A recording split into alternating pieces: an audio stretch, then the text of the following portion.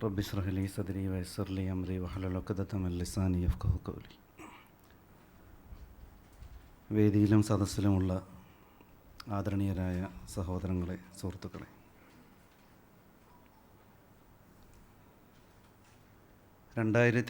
നിന്ന് 2019 എത്തുമ്പോൾ രാജ്യത്തിൻ്റെ സാഹചര്യം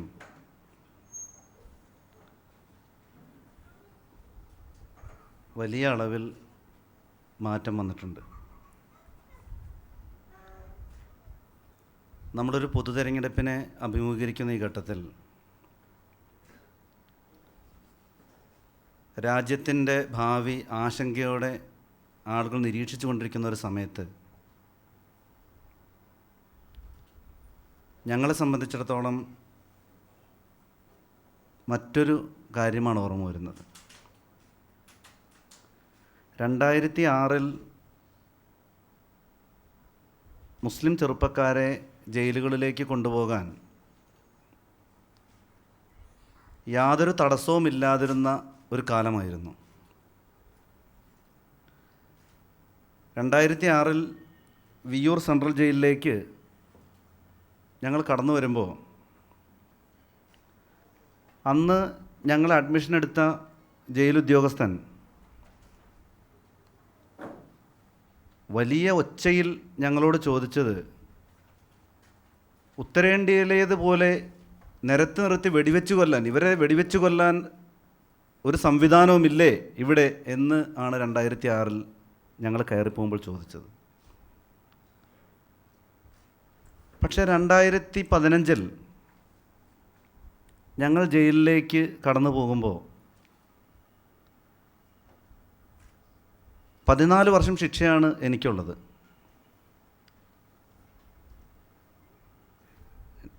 അൻസാർ നദവിക്കും 14 വർഷമുണ്ട്. മറ്റുള്ളവർക്ക് 12 വർഷത്തെ ശിക്ഷയാണ്. കാക്കനാട് ജില്ലാ ജയിലിൽ ഞങ്ങളെ പ്രവേശിപ്പിക്കുമ്പോൾ അവിടുത്തെ ജയിൽ മേധാവി വല്ലാതെ വിഷമിക്കുന്നുണ്ടായിരുന്നു. ഒരു പ്രസംഗം നടത്തിയതിനാണോ നിങ്ങൾ ഇത്രയും വലിയ ശിക്ഷ കിട്ടിയിരിക്കുന്നത് എന്ന് അദ്ദേഹം ചോദിക്കുകയുണ്ടായി. 2006 നിന്ന് 2015 19 എത്തുമ്പോൾ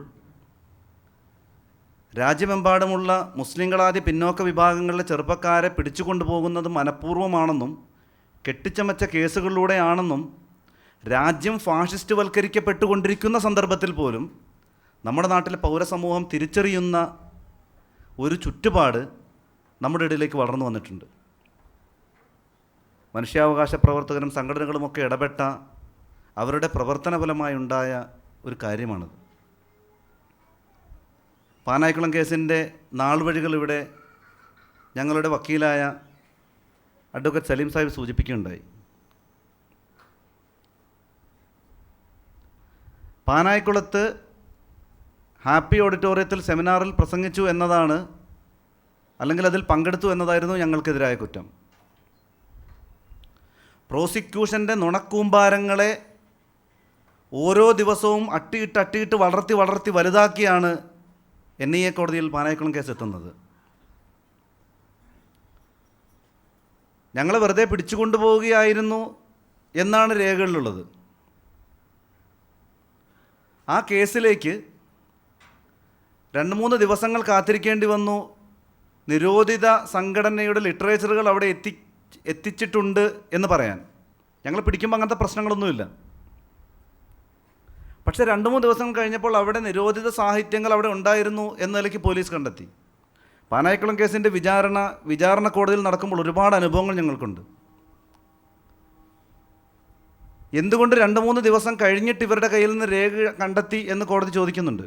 നമ്മുടെ അഭിഭാഷകർ, നമ്മുടെ വക്കീലന്മാർ അവരോട് ചോദിച്ചു, എന്തുകൊണ്ടാണ് നിങ്ങൾ ഇവരെ സ്പോട്ട് അറസ്റ്റ് ചെയ്തില്ല? 18 പേരല്ലേ ഉള്ളൂ. പോലീസ് എന്ന് പറയുന്ന രാജ്യത്തെ വലിയൊരു ഫോഴ്സാണ്, സംവിധാനമാണ്.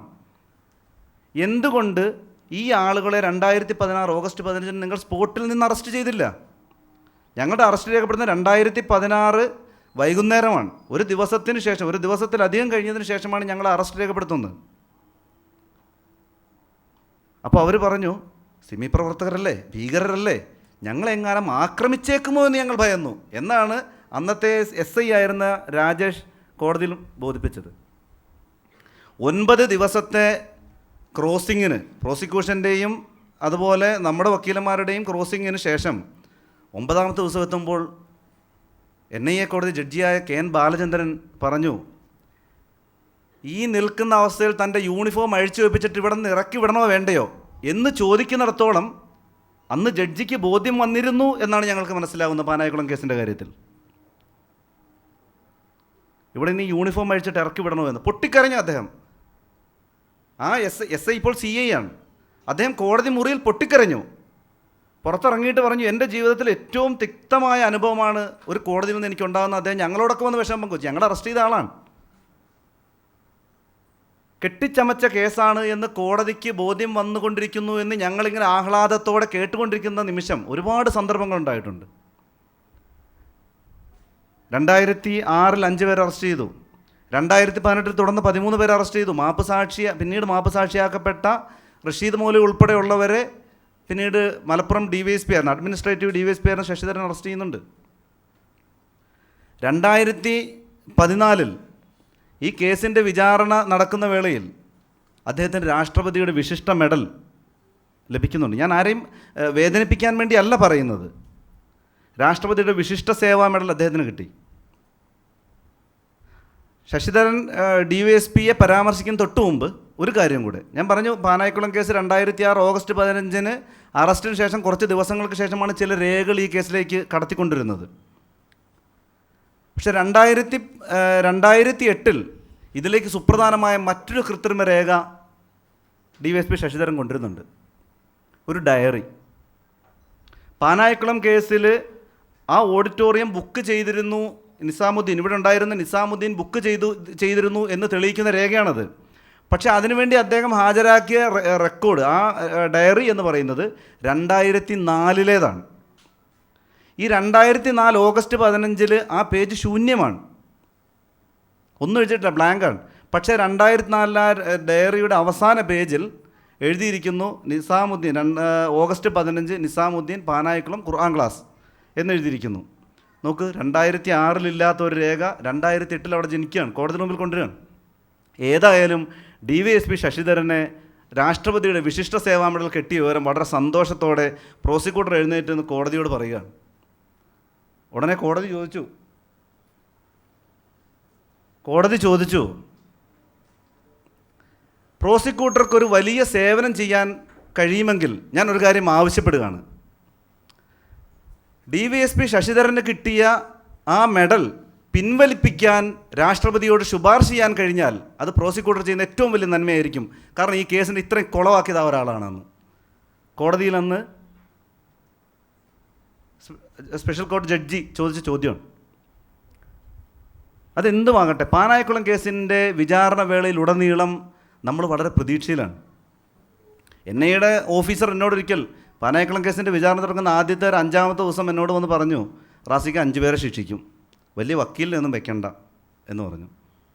അപ്പോൾ നമുക്കൊരാശ്വാസം ആയിക്കോട്ടെ, കാശൊന്നും കളയണ്ടല്ലോ എന്ന് ഓർത്തായിരിക്കും അദ്ദേഹം പറഞ്ഞിട്ടുണ്ടാവുക. പക്ഷേ ഞാൻ അദ്ദേഹത്തോട് പറഞ്ഞു, ഞങ്ങൾ കേസ് നടത്തുന്ന NIA കോടതിയിൽ ഒരു വിജയം കിട്ടുമെന്ന് പ്രതീക്ഷിച്ചിട്ടല്ല, മറിച്ച് ഹൈക്കോടതിയിൽ ഞങ്ങൾ എത്തുമ്പോൾ ഞങ്ങൾക്ക് നീതി കിട്ടും, ആ നീതി പ്രതീക്ഷിച്ചാണ് ഞങ്ങൾ കേസ് നടത്തുന്നത് എന്ന് അദ്ദേഹത്തോട് പറയുകയുണ്ടായി. പിന്നീട് NIAയുടെ ഓഫീസറെ വിയ്യൂർ സെൻട്രൽ ജയിലിൽ വെച്ച് അവിചാരിതമായി കണ്ടപ്പോൾ അദ്ദേഹത്തോട് ഞാൻ ഈ വിഷയം പറഞ്ഞപ്പോൾ അദ്ദേഹം പറഞ്ഞു, ഞങ്ങൾ അങ്ങനെയാണ്, ഞങ്ങൾക്ക് മുൻകൂട്ടി കാര്യങ്ങളൊക്കെ അറിയാം, ഞങ്ങൾ അന്യായമായി ആരെയും അറസ്റ്റ് ചെയ്യുകയോ ശിക്ഷിക്കുകയോ ചെയ്യുകയില്ല, നിങ്ങൾ 5 പേരെ കുറ്റക്കാരുള്ളൂ, അതുകൊണ്ടാണ് ഞാനത് മുൻകൂട്ടി പറഞ്ഞത് എന്ന് അദ്ദേഹം സൂചിപ്പിക്കുകയുണ്ടായി. ഏതായാലും വിചാരണ കോടതിയുടെ നടപടിക്രമങ്ങൾ വലിയ വേദന ആണ് ആ ശിക്ഷയിലൂടെ തന്നത്. സലീം സാഹിബും ഷെരീഫ് സാഹിബും ഇവിടെ സൂചിപ്പിക്കുകയുണ്ടായി. സാധാരണ കേസുകളിൽ എത്ര വലിയ ശിക്ഷയായിക്കോട്ടെ, വളരെ വലിയ ശിക്ഷകളിൽ പോലും ആ ശിക്ഷ ഒന്നിച്ചനുഭവിക്കാൻ സ്വാതന്ത്ര്യം ലഭിക്കുമ്പോൾ മറ്റ് കേസുകളൊന്നുമില്ലാതെ, ജീവിതത്തിൽ മറ്റ് നെഗറ്റീവായ ഒരു ചുറ്റുപാടുമില്ലാതെ വിദ്യാസമ്പന്നരായ, കേരള ഹൈക്കോടതി നിരീക്ഷണങ്ങളിലൊക്കെ ഉള്ള പരാമർശമാണ് ഞാൻ പറഞ്ഞത്, ആളുകളെ വളരെ മുൻവിധിയോടുകൂടി ഒരു കോടതി ശിക്ഷിക്കുന്ന ഒരു ചുറ്റുപാട് നമുക്ക് അനുഭവിക്കേണ്ടി വന്നു. 14 വർഷം. സത്യത്തിൽ ആ വിധി കേട്ട് ഒരു നിമിഷം ഞങ്ങളെല്ലാവരും സ്തംഭിച്ചു പോയി. 14 വർഷം കേരള ഹൈക്കോടതി പറഞ്ഞല്ലോ, ജീവപര്യന്തത്തിന് തുല്യമായ ശിക്ഷയാണ് ഇവർക്ക് നൽകിയിരിക്കുന്നത് എന്ന്. എന്നാൽ ആ കേസിൻ്റെ മുൻകാലങ്ങൾ നോക്ക്. 64 ദിവസം ഞങ്ങൾ 2006 കിടന്നപ്പോൾ അന്ന് കേരള ഹൈക്കോടതിയിലെ ജഡ്ജിയായ ജസ്റ്റിസ് ജെയിംസ് പറഞ്ഞത്, ഇവർ തെറ്റ് ചെയ്തിട്ടുണ്ടെങ്കിൽ പോലും മതിയായത് അനുഭവിച്ചു കഴിഞ്ഞു. 2006 ആ കേരള ഹൈക്കോടതിയിൽ അങ്ങനെ പറഞ്ഞ ആ അവസ്ഥയിൽ നിന്ന് NIA കോടതിയിൽ വിധി പ്രഖ്യാപിക്കുമ്പോൾ വലിയ ദീർഘകാലയളവിലേക്കുള്ള ഒരു ശിക്ഷയാണ് പ്രഖ്യാപിക്കുന്നത്. NIAയുടെ ഭാഗത്ത് നിന്ന് വ്യക്തിപരമായി ഞങ്ങൾക്ക് ആർക്കും ഒരു അലോസരവും അവരുണ്ടാക്കിയിട്ടില്ല. ഒന്ന് കണ്ണുരുട്ടി നോക്കുപോലും ചെയ്തിട്ടില്ല ഞങ്ങളെ ആരെയും. പക്ഷേ അന്തർനാടകങ്ങൾ ഒരുപാട് ആ കേസിൽ നടന്നിട്ടുണ്ട്. പാനായിക്കുളം സംഭവത്തെ കേരള പോലീസിലെ സംഘപരിവാർ മാനസികാവസ്ഥയുള്ള ഉദ്യോഗസ്ഥന്മാർ തയ്യാറാക്കിയ തിരക്കഥയ്ക്കനുസരിച്ചാണ് ഇതിൻ്റെ ആദ്യ നാടകങ്ങൾ നടന്നത്. കോടതി പലപ്പോഴും കോടതി മുഖവിലേക്ക് എടുത്തിട്ടില്ല എന്നുള്ളതാണ് നമുക്കൊരു സന്തോഷമുള്ള സംഗതി. പക്ഷേ NIA ഈ കേസെടുത്തതിന് ശേഷം അവിടെ ഒരു മാപ്പ് സാക്ഷി ഉണ്ടായി. റഷീദ് മൂലയെ മാപ്പ് സാക്ഷിയാക്കി. പ്രീണിപ്പിച്ചിട്ടാണെങ്കിലും പീഡിപ്പിച്ചിട്ടാണെങ്കിലും റഷീദ് മൂലയെ മാപ്പ് സാക്ഷിയായി. NIA കേരളത്തിൽ ഏറ്റെടുത്ത ആദ്യത്തെ കേസാണ് പാനായിക്കുളം കേസ്. NIA ഏറ്റെടുത്ത മറ്റ് കേസുകൾ, കേരളത്തിൽ വന്ന എല്ലാ കേസുകളിലും മാപ്പ് സാക്ഷികളെ ഇവർ അന്വേഷിച്ചിട്ടുണ്ട്. പാനായിക്കുളം കേസിൽ പോലും ഈ 18 പേരിൽ 5 പേരൊഴികെയുള്ള മുഴുവൻ പേരെയും NIA സമീപിച്ചു മാപ്പ് സാക്ഷിയാകാൻ. എല്ലാവരുടെ അടുത്തും അവർ ആവശ്യവും ആഗ്രഹവും ഉന്നയിച്ചു മാപ്പ് സാക്ഷിയാകണമെന്ന്. പക്ഷേ അതിലാരും സന്നദ്ധമായില്ല എന്നതാണ് സത്യം. വാഗമൺ കേസിൽ മാപ്പ് സാക്ഷിയുണ്ട്. കളമശ്ശേരി ബസ് കത്തിക്കൽ മാപ്പ് സാക്ഷിയുണ്ട്. കശ്മീർ റിക്രൂട്ട്മെൻറ്റ് കേസിൽ മാപ്പ് സാക്ഷിയുണ്ട്. ഇപ്പോൾ ഈ അടുത്ത് നടക്കുന്ന IS കേസിൽ മാപ്പ് സാക്ഷികളുടെ ഒരു മഹാപ്രളയമാണ് അതിലുള്ളത്. 2 പ്രതികൾക്ക് 4 മാപ്പ് സാക്ഷി വീതം ആ കേസിലുണ്ട്. മാപ്പ് സാക്ഷികളെ സൃഷ്ടിച്ചുകൊണ്ട് ഒരു കേസ് വിജയിക്കുക സത്യത്തിൽ നീതിക്ക് നിരക്കാത്തൊരു വലിയ പ്രവൃത്തിയാണ്. രാജ്യത്തെ ഏറ്റവും വലിയ ഏജൻസിയാണ് NIA, യാതൊരു സംശയവുമില്ല. അവരുടെ പ്രാപ്തിയോ കഴിവോ സന്നദ്ധതയോ ഉപയോഗിച്ചല്ല കേസുകൾ വിജയിക്കുന്നത്, മറിച്ച് മാപ്പ് സാക്ഷികൾ സൃഷ്ടിക്കുക. ഞാൻ പറഞ്ഞല്ലോ, പ്രീണിപ്പിച്ചും പീഡിപ്പിച്ചുമാണ് മാപ്പ് സാക്ഷികൾ ഉണ്ടാക്കുന്നത്. ഒരു ഏജൻസി രാജ്യത്തെ പൗരന്മാരെന്ന നിലയ്ക്ക് നമ്മളാരും അത്തരം വിധ്വംസക പ്രവർത്തനങ്ങളിൽ നാളിതുവരെ നമ്മുടെ ഒരു പ്രീ ഹിസ്റ്ററിയെങ്കിലും പരിശോധിക്കണ്ടേ? ഇയാൾക്ക് എന്തെങ്കിലും ക്രൈമുണ്ടോ? ബീഡി വലിച്ചിട്ട് അന്യൻ്റെ മുഖത്തേക്കൊരു പുകച്ചുരുൾ പോലും ഊതി വീശാത്ത, അത്രയേറെ അന്തസ്സോടെ സമൂഹത്തിൽ ജീവിക്കാൻ ആഗ്രഹിക്കുന്ന ജയിലിലെ ഉദ്യോഗസ്ഥന്മാരൊക്കെ പല ജാതി പ്രശ്നങ്ങൾ ഞങ്ങൾക്കുണ്ടായിട്ടുണ്ട്, ഇല്ലെന്നല്ല. പക്ഷേ അതൊന്നും ഞങ്ങളുടെ വ്യക്തിത്വത്തെ ഹനിച്ചുകൊണ്ടല്ല. നിങ്ങൾ NIA പ്രതിയാണ്, അല്ലെങ്കിൽ നിങ്ങൾ UAPA പ്രതിയാണ് എന്നത് മാത്രമാണ് അവരുടെ പ്രശ്നം. നമ്മുടെ വ്യക്തിത്വത്തെ ആക്രമിക്കുന്ന, നിങ്ങൾ വ്യക്തിപരമായി ഇന്ന ദൗർബല്യങ്ങൾക്ക് അടിമകളാണ് എന്ന തരത്തിലുള്ള യാതൊരുവിധ പരാമർശം ജയിൽ വകുപ്പ് നടത്തിയിട്ടില്ല നമ്മളോട്. പക്ഷേ രാജ്യത്തെ ഏജൻസികൾ ഞങ്ങളെ സംശയത്തിൻ്റെ മുൾമുനയിൽ എല്ലാ നിമിഷവും നിലനിർത്തിയിട്ടുണ്ട്. മാസത്തിൽ ഒരു തവണ ഞങ്ങളെ കാണാൻ വരുന്നവരുടെ ലിസ്റ്റ് പോലീസ് എടുത്തുകൊണ്ട് പോകുന്നുണ്ട്. NIA പ്രതികളോ UAPA പ്രതികളെയോ മാത്രമാണ് അവിടെ വന്ന് കാണാൻ ഒറിജിനൽ ആധാർ കാർഡ് ആവശ്യമുള്ളത്. മറ്റുള്ളവർക്ക് അത് ആവശ്യമില്ല. 3.5 വർഷം ജയിലിൽ കിടന്ന് ഞങ്ങൾ പുറത്ത് നിരപരാധികളാണെന്ന് പുറത്തിറങ്ങി വരുമ്പോൾ ആര് തിരുത്തും ഇത്തരം തെറ്റുകളെ? ആർക്കാണ് തിരുത്താൻ കഴിയുക? മീഡിയകൾ. മൃദുല സൂചിപ്പിക്കുകയുണ്ടായി, ഒരു പൊതുതെരഞ്ഞെടുപ്പ് അഭിമുഖീകരിക്കുന്ന ഘട്ടത്തിൽ തീർത്തും അപ്രസക്തമായി പോകുമായിരുന്ന ഒരു കേസിനെ വലിയ ലഭ്യമാകുന്നതിനേക്കാൾ വലിയ പ്രാധാന്യത്തോടെ പ്രസിദ്ധീകരിച്ചു എന്ന കാര്യത്തിൽ മാധ്യമങ്ങളോട് എനിക്ക് നന്ദിയുണ്ട്. ഞാൻ പ്രതീക്ഷിച്ചതിനേക്കാൾ വലിയ പ്രാധാന്യമാണ് ആ വാർത്തയ്ക്ക് കിട്ടിയത്. എന്താണ് കാരണമെന്നറിയില്ല. പക്ഷേ 2006 ഓഗസ്റ്റ് 17-ാം തീയതിയിലെ, 16-ന് പത്രമില്ല, 17-ാം തീയതിയിലെ പത്രങ്ങൾ, ഞാൻ പത്രങ്ങളുടെ ഒന്നും പേര് പരാമർശിക്കുന്നില്ല. കാരണം ആരെയും ശത്രുപക്ഷത്ത് നിർത്തിക്കൊണ്ടു പോകേണ്ടതല്ലല്ലോ നമ്മുടെ പ്രവർത്തനങ്ങൾ. മനുഷ്യ സഹജമായ മുകളിൽ നിന്നുള്ള ഇടപെടലുകൾ മൂലമുണ്ടാകുന്നതാണ് ഈ പത്രവാർത്തകൾ, നമുക്കറിയാം. പക്ഷേ 2006 ഓഗസ്റ്റ് 17-ാം തീയതി വന്ന പത്രങ്ങളുടെ തലക്കെട്ടുകൾ എന്തൊക്കെയായിരുന്നു? വലിയ സ്ഫോടക ശേഖരത്തെക്കുറിച്ചുള്ള വെളിപ്പെടുത്തലുകൾ ഈ പ്രതികൾ നടത്തി. ഇവർക്ക് വലിയ വിദേശ സഹായം വരുന്നതിന് തരത്തിലുള്ള വിവരങ്ങൾ ലഭ്യമായിട്ടുണ്ട്. കാശ്മീരിൻ്റെ തലയില്ലാത്ത ഭൂപടം ഇവരുടെ കയ്യിൽ നിന്ന് പിടിച്ചു. ആലുവ റെയിൽവേ സ്റ്റേഷൻ്റെ മാപ്പിൽ ചില അടയാളപ്പെടുത്തലുകളോടെ ചില സൂചനകൾ ഇവരിൽ നിന്ന് കിട്ടി. ഇത് വായിച്ച ആളുകൾ, ഇത് അനുഭവിച്ച ആളുകൾ, നമ്മളുമായിട്ട് ഈ രാജ്യത്തെ മനുഷ്യന്മാർക്ക് വളരെ കുറഞ്ഞ ആളുകളാണ് നമ്മളറിയുന്ന ആളുകൾ. അല്ലാത്തവരോ? പിന്നെ ഈ മാസങ്ങൾ കഴിഞ്ഞ് പാനായിക്കുളം കേസിൽ നിന്ന് ഞാൻ റിലീസായി പുറത്തു വന്നു. എൻ്റെ ഭാര്യ ബാംഗ്ലൂരിലെ ഒരു IT കമ്പനിയിൽ ജോലി ചെയ്യുകയാണ്.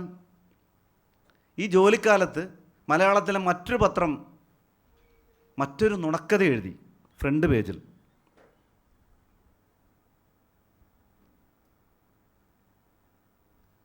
പാനായിക്കുളം കേസിലെ പ്രതിയുടെ ഭാര്യയ്ക്ക്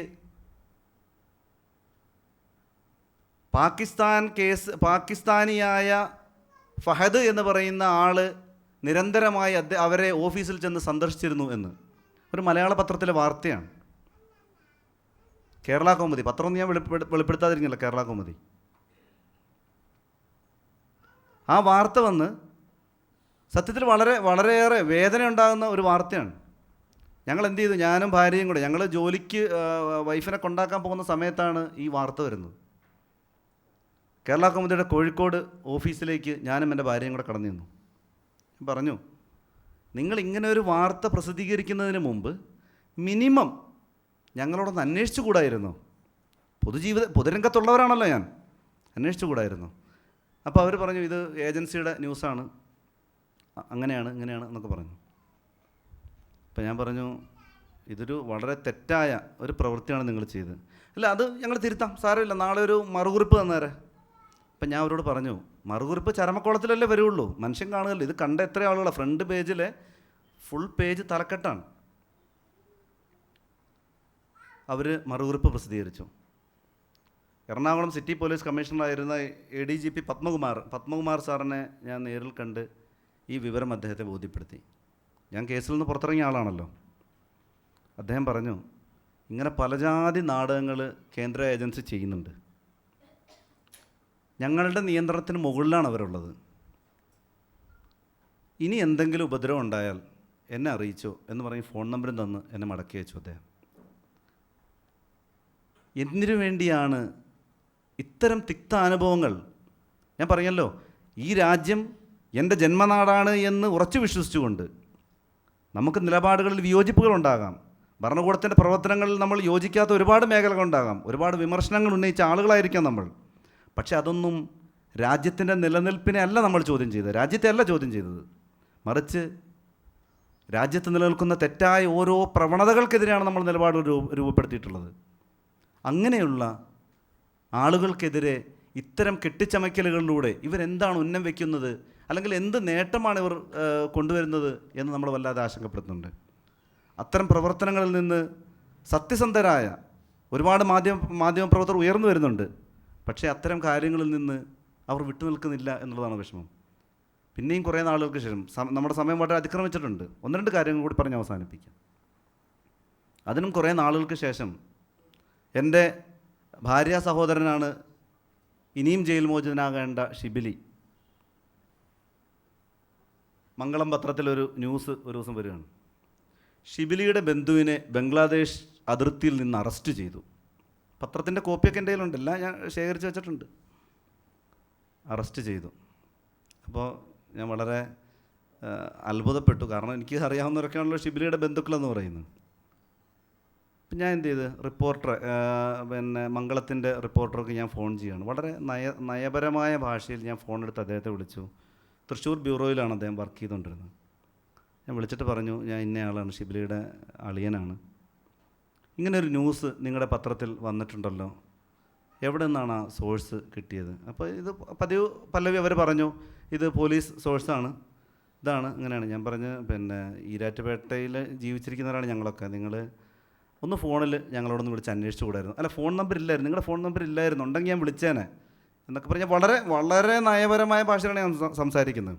ആ സംസാരത്തിനിടയിൽ തുടങ്ങിയപ്പം തന്നെ കുറച്ച് നേരം സംസാരിച്ചതിന് അദ്ദേഹം എന്നോട് പറഞ്ഞു, ജീവിതത്തിൽ ആദ്യമായിട്ടാണ് ഒരാൾ എന്നോട് മര്യാദയ്ക്ക് സംസാരിക്കുന്നതെന്ന്. ഒരു പത്രക്കാരൻ നുണക്കഥകൾ എഴുതി വിട്ട് മനുഷ്യന്മാരുടെ പ്രാക്കും ആക്ഷേപവും കേട്ട് മടുത്ത ആളായിരിക്കില്ലേ അദ്ദേഹം? ഇല്ലെങ്കിൽ അദ്ദേഹം എന്നോട് പറയൂ, എന്നോട് ജീവിതത്തിൽ ആദ്യമായിട്ടാണ് ഒരാൾ മര്യാദയ്ക്ക് സംസാരിക്കുന്നത്. ഒരുപാട് തിക്താനുഭവങ്ങൾ.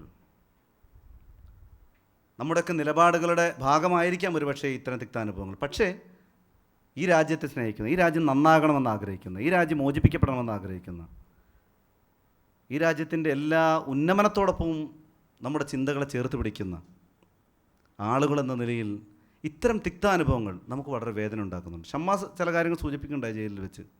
നമ്മുടെ കൺമുമ്പിൽ വെച്ച് ഹെർണിയ ബാധിച്ച ഒരു സഹോദരൻ 2-2.5 മണിക്കൂർ വേദന നിന്ന് തീ തിന്നുന്ന അവസ്ഥ. തൊട്ടടുത്ത് മനുഷ്യാവകാശ കമ്മീഷൻ്റെ വിസിറ്റിംഗ് ഉണ്ടായി ജയിലിൽ. മനുഷ്യാവകാശ കമ്മീഷൻ അംഗം ആയ പ്രമുഖനായ വ്യക്തി ജയിലിൽ വന്നപ്പോൾ ഈ സങ്കടം പറഞ്ഞു അദ്ദേഹത്തോട്. ഇങ്ങനെ ഒരു അനുഭവം ഉണ്ടായിട്ടുണ്ട് ഹെർണിയ. അങ്ങനെ അനുഭവം ഉണ്ടായിട്ടുണ്ടോ? എങ്ങനെയാണത് സംഭവിച്ചത്? അങ്ങനെയൊക്കെ സംഭവിക്കുമോ ജയിലിൽ നിന്നൊക്കെ ചോദിച്ചിട്ട് അപ്പോഴാണ് തൊട്ടടുത്തുനിന്ന് ഓഫീസർ പറഞ്ഞത്, NIA കേസാണ്. അയ്യോ, NIA കേസാണോ? അയ്യോ എന്നാൽ പിന്നെ നടക്കില്ല കേട്ടോ എന്ന് പറഞ്ഞിട്ട് മനുഷ്യാവകാശ കമ്മീഷൻ്റെ അംഗം അവിടെ നിന്ന് പോവുകയുണ്ടായി. 3.5 വർഷത്തിന് ശേഷം അദ്ദേഹത്തിന് പാനായിക്കുളം കേസിലെ പ്രതികളെയോ അല്ലെങ്കിൽ മറ്റ് കേസുകളിലെ ആളുകളെയോ വിട്ടയച്ച് നിൽക്കുമ്പോൾ അദ്ദേഹത്തിൻ്റെ ഉള്ളിൽ ഒരു വേദന വരാൻ സാധ്യതയില്ലേ? ഇപ്പം ബാലചന്ദ്രൻ ജഡ്ജി തന്നെ, അദ്ദേഹത്തിന് തോന്നിയിട്ടുണ്ടാകില്ലേ വളരെയേറെ വിഷമം? ആ വിഷമം ഉണ്ടായില്ലെങ്കിൽ അടിസ്ഥാനപരമായി മനുഷ്യൻ എന്ന നിലയ്ക്കുള്ള യാതൊരു ക്വാളിറ്റിയും അവർക്കില്ല എന്ന് മാത്രമേ നമുക്ക് മനസ്സിലാക്കാൻ കഴിയുള്ളൂ.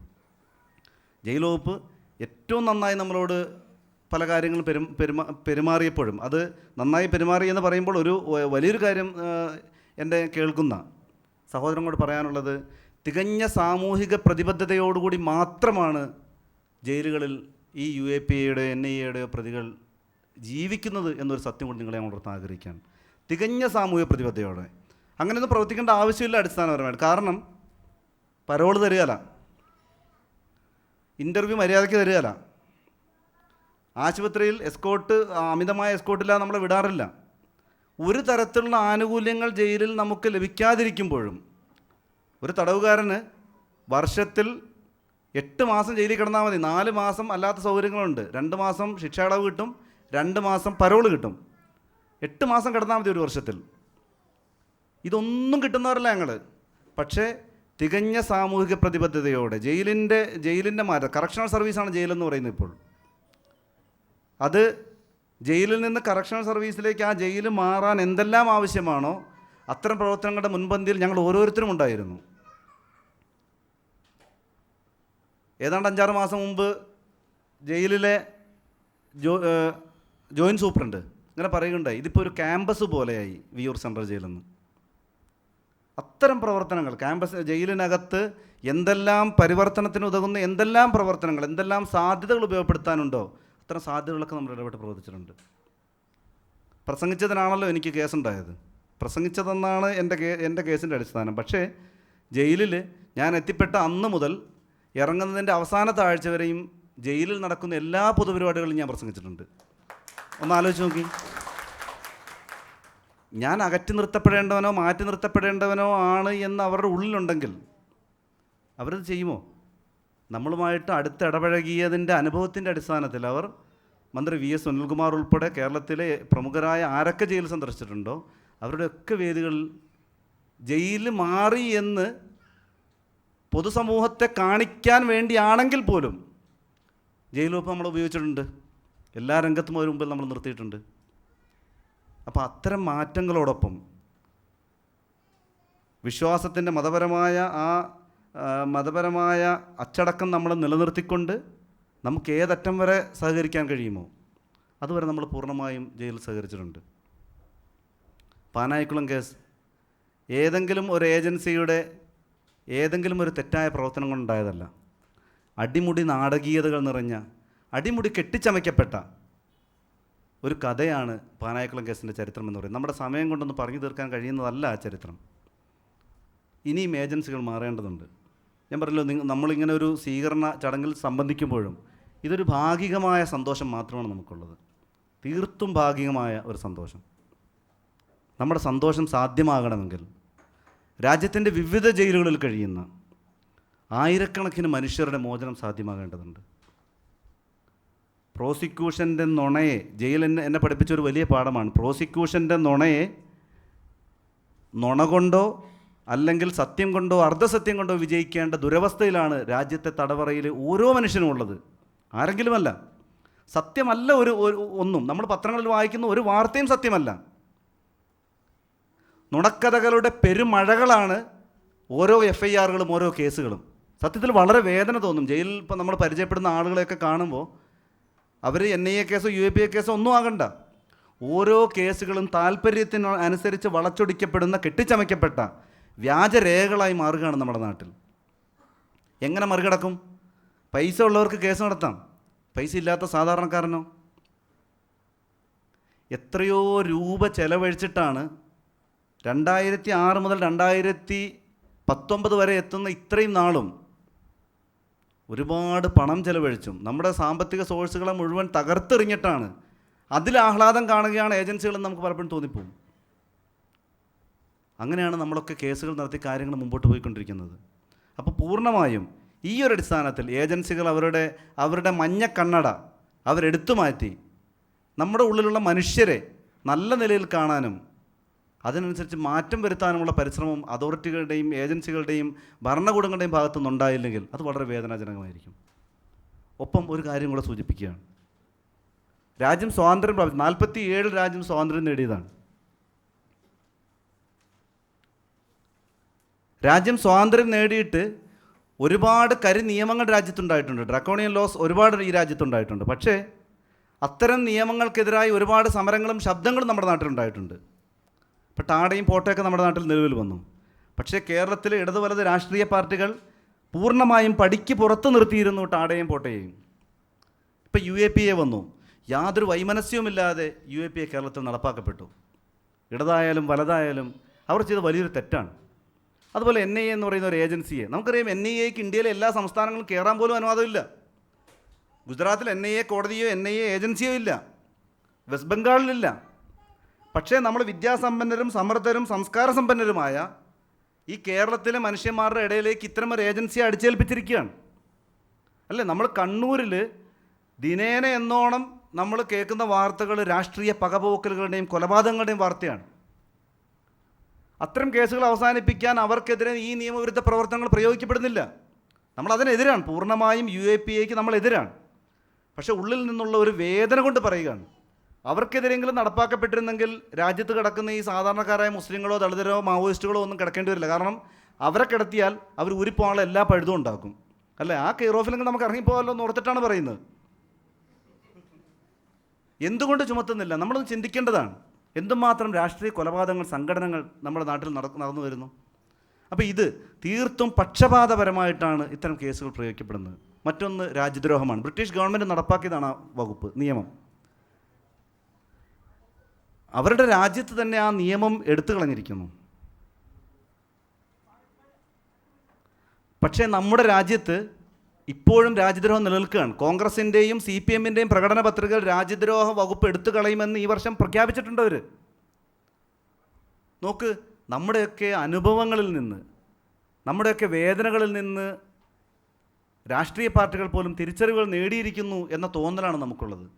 അത് വിവേചനപരമായി ഇവിടെ പ്രയോഗിക്കുന്നു എന്ന തിരിച്ചറിവ്. അപ്പോൾ അത്തരം അവസ്ഥകളിൽ നിന്നൊക്കെ രാജ്യത്തിനൊരു മാറ്റമുണ്ടാവണം. നമ്മുടെയൊക്കെ വിഭവങ്ങളെ ഏറ്റവും നന്നായി ഉപയോഗിക്കപ്പെടുന്ന ഒരു സാഹചര്യം നമ്മുടെ രാജ്യത്തുണ്ടാവണം. ഷിബിലിയുടെയും ഷാദിലിയുടെയും ഒക്കെ മോചനം നമുക്ക് സാധ്യമാകണം. രാമേന്ദ്രൻ മൊകേരി മാലിദ്വീപിലെ ജയിലിൽ നിന്ന് പുറത്തു വന്ന് തക്കിഞ്ച എന്ന പേരിൽ ആത്മകഥ എഴുതിയിട്ടുണ്ട്. വലിയ പുസ്തകമാണ്. അദ്ദേഹത്തിൻ്റെ മോചനം വന്ന സമയത്ത് ഞാനൊരു ഫേസ്ബുക്ക് പോസ്റ്റ് ഇട്ടിരുന്നു. വേറൊരു രാജ്യത്തുള്ള കിടക്കുന്ന നമ്മുടെ നാട്ടുകാരനായ ഒരു സഹോദരനെ മോചിപ്പിക്കാൻ നമ്മളെടുക്കുന്ന പരിശ്രമത്തിൻ്റെ ഒരു മൈന്യൂട്ട് ശതമാനമെങ്കിലും സത്യസന്ധമായി നമ്മുടെ ഭരണകൂടങ്ങൾ ഇടപെട്ടിരുന്നെങ്കിൽ നിരപരാധികളായ മഹദിനെയും ഷാദിലെയും അൻസാറിനെയൊക്കെ ഉൾപ്പെടെയുള്ള ആളുകൾ എത്രയോ മുമ്പ് ഈ തടവറകളിൽ നിന്ന് മോചിതരായനെ. ഒന്ന് ആലോചിക്കുക. അതും കൂടെ പറഞ്ഞ് നമുക്ക് അവസാനിപ്പിക്കാം. ഏകാന്തമായ തടവറയിൽ 1 മണിക്കൂറാണ്, കഴിഞ്ഞ 3-4 മാസങ്ങൾക്ക് മുമ്പ് 1 മണിക്കൂർ മാത്രമാണ് അവർക്ക് സൂര്യപ്രകാശം ലഭിക്കാനുള്ള അവസരം അവിടെ ഉണ്ടായത്. ഭോപ്പാലിലെ ജയിലറെ കഴിയുകയാണ് അവർ. നമ്മുടെ ഒന്നും മോചനം യഥാർത്ഥത്തിൽ സന്തോഷകരമാവുന്നത് അവരുടെ മോചനം സാധ്യമാകുമ്പോഴാണ്. ഇൻഡോർ കേസിൽ അവർ ശിക്ഷിക്കപ്പെട്ടു. അതേ ഒഫൻസുകളുള്ള ആളുകളെ 5-6 വർഷം മുമ്പ് വെറുതെ വിട്ട കേസിലാണ് അവർ ജീവപര്യന്തം ശിക്ഷ അനുഭവിച്ചപ്പോൾ ഭോപ്പാലിലെ ജയിലിൽ കഴിയുന്നത്. ഗുജറാത്തിലെ കേസ് വർഷം 11 ഇന്ന് വരെയും ആ കേസ് വിചാരണ പൂർത്തിയായിട്ടില്ല. എങ്ങോട്ടാണ് കാര്യങ്ങളുടെ പോക്ക് എന്ന് നമ്മൾ ആലോചിച്ച് നോക്കുക. ഏത് നിലയ്ക്ക് അവരുടെ മാറ്റം, നമ്മുടെയൊക്കെ പ്രാർത്ഥനകൾ, കരഞ്ഞു കലങ്ങിയ കണ്ണുകളുമായി നമ്മളൊക്കെ പ്രാർത്ഥിക്കുമ്പോൾ അവരുടെ മോചനം കൂടി നമുക്ക് മുമ്പോട്ട് വയ്ക്കാൻ കഴിയുമ്പോൾ മാത്രമേ നമ്മുടെ ഈ യാത്ര ശരിക്കും സഫലമാവുകയുള്ളൂ. രാജ്യത്തിൻ്റെ തടവറകളിൽ അന്യായമായി ഒരാളും കിടക്കരുത് എന്ന ശാഠ്യത്തോടു കൂടിയുള്ള ഒരു പ്രാർത്ഥന നമുക്ക് നടത്താൻ കഴിയണം. അത് നമുക്ക് മാത്രമല്ല, ഈ രാജ്യത്ത് ജീവിക്കുന്ന ഓരോരുത്തർക്കും അത് ബാധകമാണ്. നമ്മുടെ കാലാവസ്ഥകൾ നിയന്ത്രണമില്ലാതെ മാറിമറിഞ്ഞുകൊണ്ടിരിക്കുന്ന ഈ സമയത്ത് നമ്മളൊക്കെ മനസ്സിലാക്കണം, ഒരുപക്ഷെ ജയിലിൽ കഴിയുന്ന നിരപരാധികളായ മനുഷ്യരുടെ വേദനകളായിരിക്കാം ഒരുപക്ഷെ പ്രപഞ്ചനാഥൻ്റെ ഈ ഇടപെടലുകളിലൂടെ മനുഷ്യരെ പരീക്ഷിച്ചുകൊണ്ടിരിക്കുന്നത് എന്ന തിരിച്ചറിവ് നമുക്ക് ഓരോരുത്തർക്കും ഉണ്ടാകണം. ഒരു മാറ്റം ആവശ്യമാണ് എന്ന് നിങ്ങൾ ഓരോരുത്തരോടൊപ്പം ഞാനും ചിന്തിക്കുകയാണ്. അത്തരമൊരു മാറ്റത്തിനുള്ള അവസരം നമുക്കുണ്ടാകട്ടെ എന്ന് മാത്രം പ്രാർത്ഥിച്ചുകൊണ്ട് ഞാൻ എൻ്റെ വാക്കുകൾക്ക് വിരാമം കുറിക്കുന്നു. വാഹിർ ദഅ്വാനാ അൽഹംദുലില്ലാഹി റബ്ബിൽ ആലമീൻ. അസ്സലാമു അലൈക്കും.